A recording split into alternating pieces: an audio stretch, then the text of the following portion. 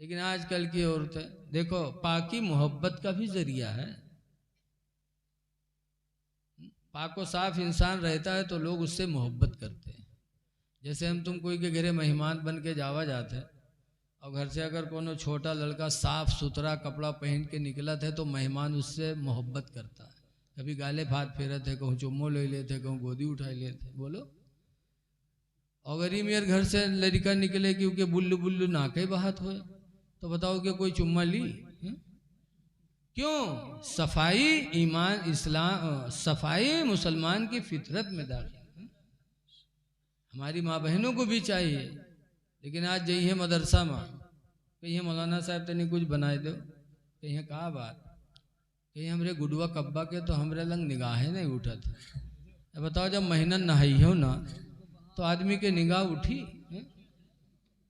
یہ گندھیلا پن یہ بھی نفرت کا سبب ہے. اے میری ماں بہنوں، تم پاک و صاف رہا کرو. خدا جانے کس وقت بلاوا آ جائے تو دنیا سے جاؤ تو مسلمان بن کے جاؤ. کیا کہنا، سبحان اللہ. تمہارا شوہر کام نہیں آئے گا، تمہاری اولادیں کام نہیں آئیں گی. قرآن میں اللہ فرماتا یوم یفر المرء من اخیہ. اے بندے اس دن کو یاد کر جس دن انسان کا بھائی انسان سے بھاگے گا. وَأُمِّهِ وَأَبِيهِ، اور اس کی ماں بھی بھاگے گی، اس کا باپ بھی بھاگے گا. وَصَاحِبَتِهِ وَبَنِيهِ، اور اپنی بیوی سے بھی بھاگے گا، اپنی اولادوں سے بھی بھاگے گا. اس لیے پاک و صاف رہ کر نیکیاں کر لو اور اپنی نبی سے محبت کر لو. قیامت کے دن کوئی کام نہیں آئے گا، اگر آئیں گے تو میرے مصطفیٰ کام آئیں گے. کیا کہنا، نعرہ تکبیر، نعرہ رسالت، مسلک اعلی حضرت، مسلک اعلی حضرت، جشن غوث الورا کانفرنس. نعرہ تکبیر، نعرہ رسالت. 1 گھنٹہ پورا ہو گیا، 10:34 پہ بیٹھا تھا، 11:34 ہو گیا. نبی سے محبت کرو، نبی قیامت کے دن کام آئیں گے، کوئی آئے گا نہیں. اعلیٰ حضرت امام اہل سنت فرماتے ہیں کہ وسعتیں دی ہے خدا نے دامن محبوب کو. کیا کہنا، سبحان اللہ. وسعتیں دی ہے خدا نے دامن محبوب کو، جرم کھلتے جائیں گے اور وہ چھپاتے جائیں گے. کہنا، سبحان اللہ. بے شک.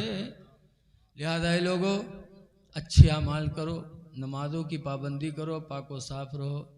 اور ایک بات کا دھیان دو، اپنے پڑوسیوں کا خیال رکھو. پڑوسیوں کے بارے میں سرکار پر اتنی وحی اترا کرتی تھی کہ ایک دن سرکار فرماتے ہیں مجھے ڈر لگا کہ اللہ تعالیٰ کہیں پڑوسی کو جائیداد میں وراثت کا حصہ نہ دے دے. حضور فرماتے اتنا اللہ کا حکم اترتا تھا کہ حضور فرماتے مجھے ڈر لگا کہ کہیں پڑوسیوں کو اللہ تعالیٰ ترکے میں حصہ نہ دے دے. لہذا پڑوسیوں کے ساتھ اچھا سلوک کرو. پڑوسی چاہے ہندو ہو چاہے مسلمان ہو، پڑوسیوں کے ساتھ اچھا سلوک کرو. بھائی ایک واقعہ، حضرت بایزید بستامی، بستام کے رہنے والے، ان کے پڑوس میں ایک ہندو کا مکان تھا، مجوسی کا. رات دنیا سو رہی تھی، ایک دن مجوسی کے گھر سے رونے کی آواز آئی کہ اس کا بچہ رو رہا تھا. بایزید بستامی نے جب سنا تو رات کی تاریکی میں اٹھے، دروازہ کھولا اور مجوسی کے دروازے پہ گئے، دروازہ کھٹکھٹایا. مجوسی نے دروازہ کھولا. بایزید پوچھتے ہیں تمہارا بچہ رو رہا ہے، کون سی تکلیف ہے، کون پریشانی میں تمہارا بچہ مبتلا ہے؟ مجوسی نے کہا ہے بایزید غریبی نے اتنا کمزور کر دیا، غریبی نے اتنا کمزور کر دیا، اتنا کمزور کر دیا کہ آج میرے گھر میں چراغ جلانے کی توفیق نہ رہی، اندھیرا پڑا ہے، الجھن میں بچہ رو رہا ہے. بایزید بستامی نے جب سنا تو انہیں سوچا مجوسی ہے، بلکہ یہ سوچا کہ اللہ کا بندہ ہے. گئے اپنے گھر سے رات کی تاریکی میں اور چراغ جلا کر لے کر کے اس مجوسی کے گھر میں رکھا. جب روشنی ہوئی تو بچہ چپ ہو گیا.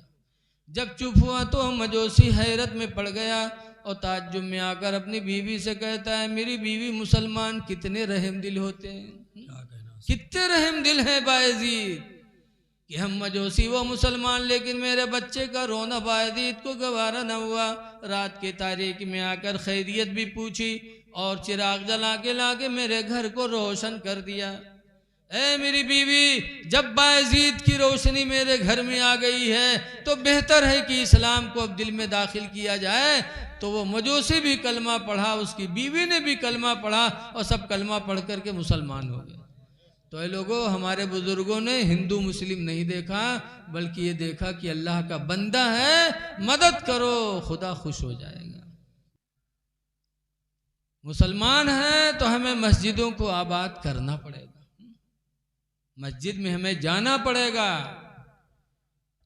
اور مسجد میں جانا یہ گویا کہ اللہ کی راہ میں جہاد کرنا ہے، جنگ کا ثواب ملتا ہے۔ حدیث پاک میں اسباغ الوضوء علی المکارہ، سخت ٹھنڈک میں مکمل وضو بنانا، جیسے ٹھنڈک آ رہی ہے، بہت سے لوگ ٹھنڈک مارے نماز چھوڑتے، اور بہت سے وضو نہیں ہے تو اسے پانی لے کے تک اس سے کری، لاگت ہے تیل ہوئے لگا ہوا تھا، ارے اس سے وضو تھوڑی ہوگا، اس طرح دھلو کہ پانی بہہ جائے، جہاں سے بال کے اگنے کی جگہ وہاں سے پانی رخسار پہ بہہ جائے، تب دھل نہ پائے جائے، ورنہ وضو ہی نہیں ہوگا۔ اور بغیر وضو کے نماز کہاں ہے؟ بولو ہو جائے گی۔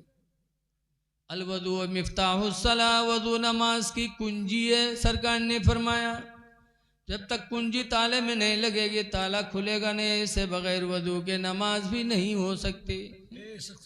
حضور فرماتے اسباغ الوضوء علی المکارہ، سخت ٹھنڈک میں مکمل وضو بنانا، وکثرۃ الخطا الی المساجد، اور زیادہ قدموں سے مسجدوں میں جانا، وانتظار الصلاۃ بعد الصلاۃ، اور ایک نماز پڑھنے کے بعد دوسری نماز کا انتظار کرنا، فذالکم الرباط، تو سرکار فرماتے ہیں مسلمانوں یہ تمہارے لیے جہاد ہے، کیا کہنا سبحان اللہ۔ مومن کو اس میں جہاد کا ثواب ملتا ہے۔ اس لیے مسجدوں کو آباد کرو، پاک و صاف رہو۔ حدیث پاک میں الطہور نصف الایمان، پاک رہنا آدھا ایمان ہے۔ اللہ قرآن میں فرماتا قد افلح، وہ کامیاب ہو گیا، من تزکا، جس نے پاکی حاصل کر لی، جو پاک ہوا وہ کامیاب۔ لیکن آج افسوس ہے کہ ہم ناپاکی میں اپنا وقت گزار رہے ہیں۔ حدیث پاک میں مر رسول اللہ صلی اللہ علیہ وسلم بقبرین، سرکار دو قبروں کے پاس سے گزرے، حضور قبروں کے پاس جایا کرتے تھے، دو قبروں کے پاس سے گزرے، فقال انہما یعذبان، تو سرکار فرماتے ہیں لوگوں بے شک یہ دونوں قبر والے عذاب دیے جا رہے ہیں۔ پھر آگے فرماتے ہیں کہ کسی اور گناہ میں نہیں، فرماتے ہیں ایک کے بارے میں لا یستنزہ من البول، ایک قبر والا پیشاب کے چھینٹوں سے نہیں بچتا تھا، اور دوسرے بارے میں فرمایا کانا یمشی بالنمیمہ، اور دوسرا قبر والا لگئی بجھائی کیا کرتا تھا، ادھر کی ادھر ادھر کی ادھر۔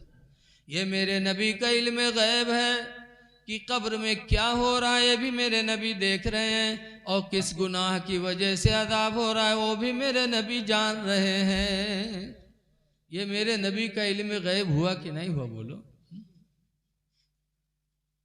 پتہ چلا پیشاب کی چھینٹوں سے نہ بچنا عذاب قبر کا سبب ہے، اس لیے اے نوجوانوں کھڑے کھڑے پیشاب نہ کیا کرو، پیشاب کرو تو پانی لے لیا کرو۔ ہماری ماں بہنوں سے بھی گزارش ہے تم بھی پاک و صاف رہو، کیونکہ پاکی آدھا ایمان ہے۔